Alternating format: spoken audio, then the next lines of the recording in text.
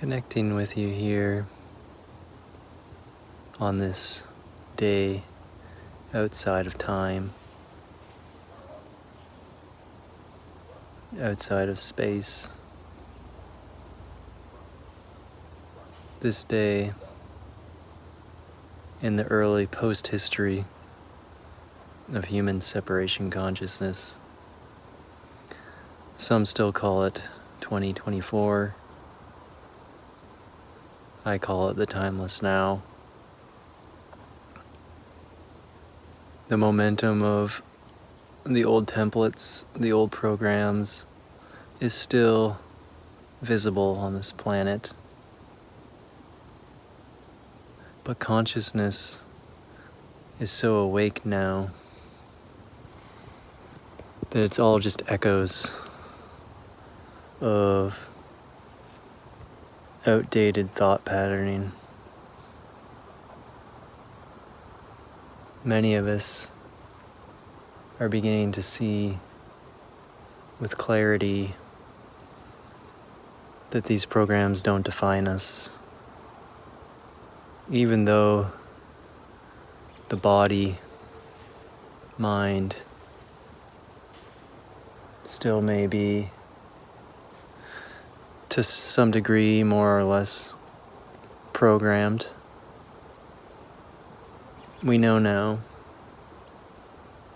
that we are this consciousness outside of time and space, and that what we are is not touched by the experience of the moving, changing play of phenomena.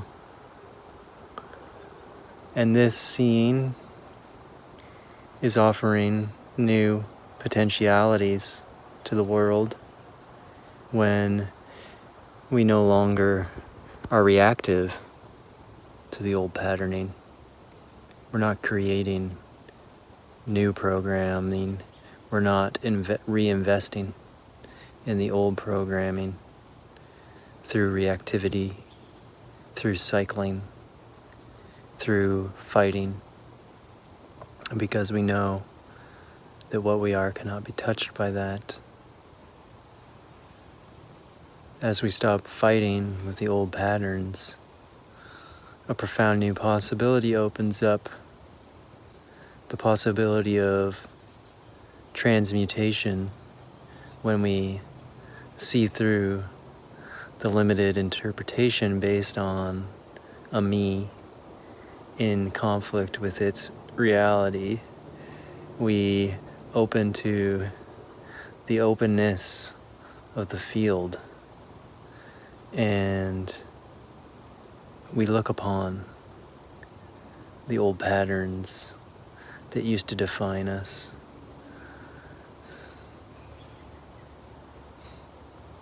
We look upon them, and we sink deeper, not just the thought patterns, but the energy structures that underlie them, the stresses and strains in the body-mind.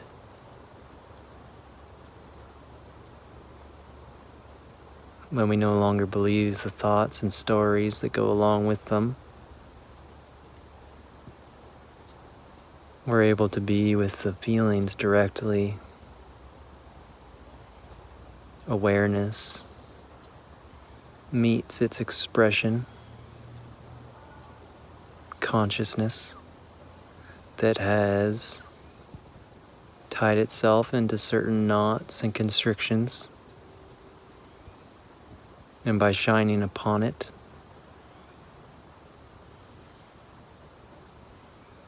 it enlivens the pure vibration within the core of the tension. The very tension that wanted to express itself as a new story, a new interpretation, a repeating interpretation, more accurately, can now just be sat with in awareness. Awareness brings wholeness, the wholeness of source, the wholeness of what you are, to whatever tension seems to be here.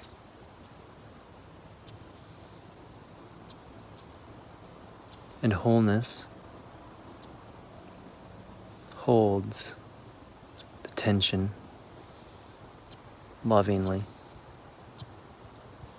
without trying to change it, manipulate it, without adding any more conflicting energy to it. It has no choice but to see itself as it is, meaning to see its relationship to Source, that it is not separate. It is intimately part of wholeness. This is the transmutative process. Awareness, meeting the vibration of any tension within itself and blessing it with its presence until the false sense of separation has no choice but to relax and release into the ocean of being that is the essence of all things. This is the process of undoing the old programs,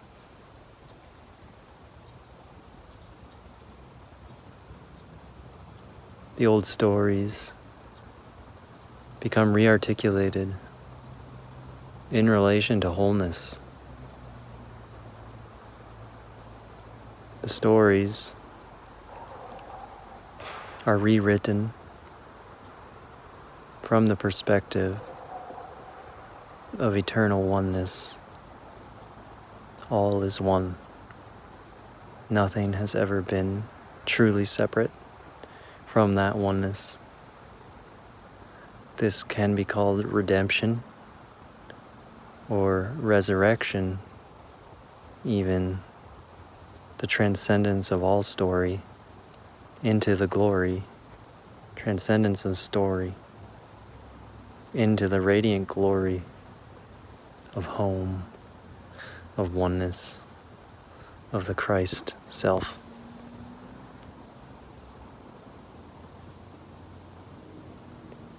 And we see that we truly do love everything. It's not a doing. No character has ever loved everything because the character is defined in what it is and what it is not, what it is separate from. Love is wholeness. And we do love. We love ourselves. We love all things. But not from the ego's perspective.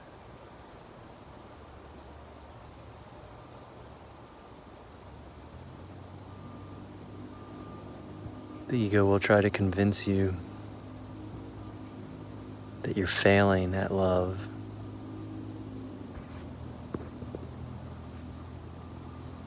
It's impossible to fail at what you are.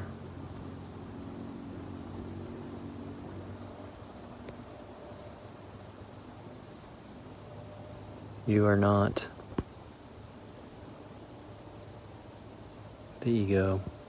You are not separate. You never have been.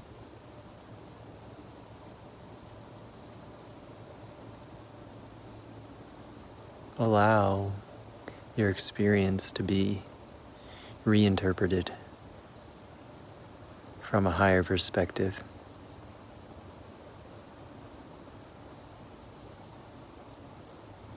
Every moment is the opportunity to ask the internal question, How does love see this and receive the answer? It comes so gently and so subtly within the intuitive awareness of the present moment. The answers can be interpreted into words, but they do not generally come as words, more so as a deep knowing. The words used to describe the answer of love are often said as, "You are loved. You are safe. You are blessed.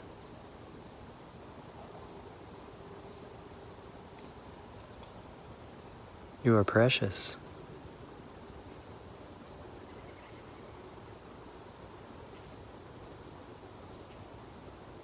And just a gentle vibration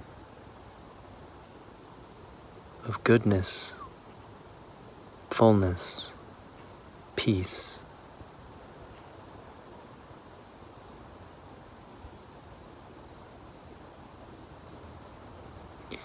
And this inspiration to keep giving all experience over to this loving wholeness within your experience, because it feels good, it feels right, it feels healthy. It's experiencing as it's meant to be, multidimensional, connected, whole.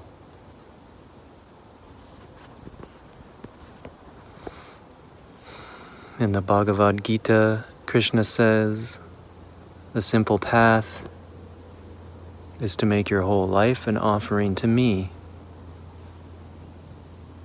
Even your suffering, make it an offering unto me." This is the higher path than practicing rituals of symbolic offering. But those rituals can be used symbolically in the mind as well. I find that using the body as a symbol can help to align the mind to its source. Here there's been a lot of exploration of, one, using images, devotional images, often of deities that are reflections of the divine. Hold them in the mind. Bless them. Be with that vibration. Allow it to wash through the whole nervous system. And the other thing that I like to do, explore, dog might be barking at me, I'm not sure,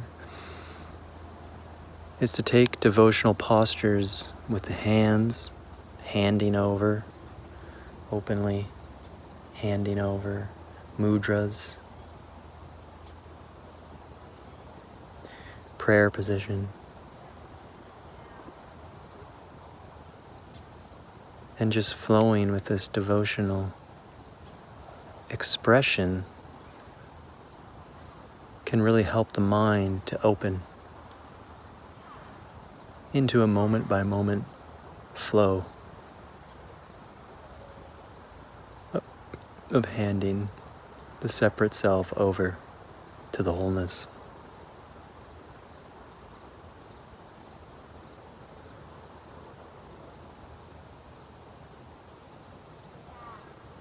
Ultimately, it's all in the mind. In the mind, we are either asserting separation or resting in the oneness that we are.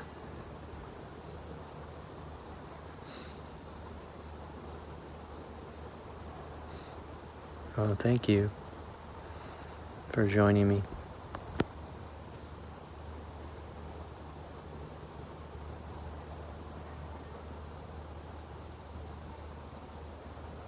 Such a blessing to share in this way.